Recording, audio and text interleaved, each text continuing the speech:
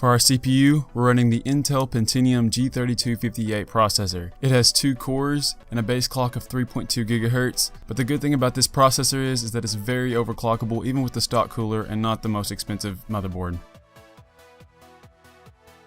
For the graphics card, we're running the Radeon RX 460. It has a memory speed of 7000 MHz and 2 GB of memory, and in my opinion, it is the best graphics card you can get for under $100.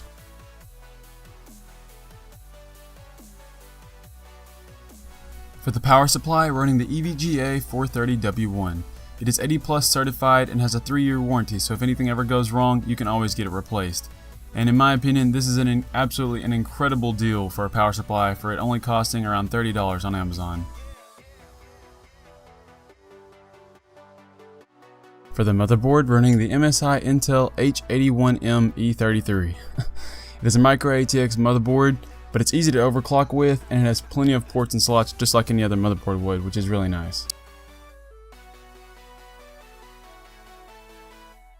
For the memory, we're using the Kingston HyperX Fury. In this build, we'll be using 2 sticks of the 4 GB, which in total will be 8 GB, to take advantage of the dual channel capabilities.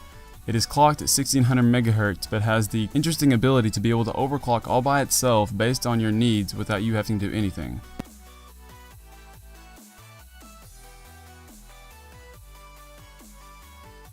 For the storage, we're running the Western Digital Caviar Blue. In this build, we'll be using the 320 GB model, which isn't a huge amount of storage, but for a $300 build, this is perfect. It runs at 7,200 RPM, which is just fine, and the thing I like about Western Digital's hard drives is they're reliable and they're cheap, which is exactly what we're looking for in this kind of build. For the case, we're running the Xion Performance Micro ATX case. It has support for USB 3.0, it fits large graphics cards, and has a spot for an SSD.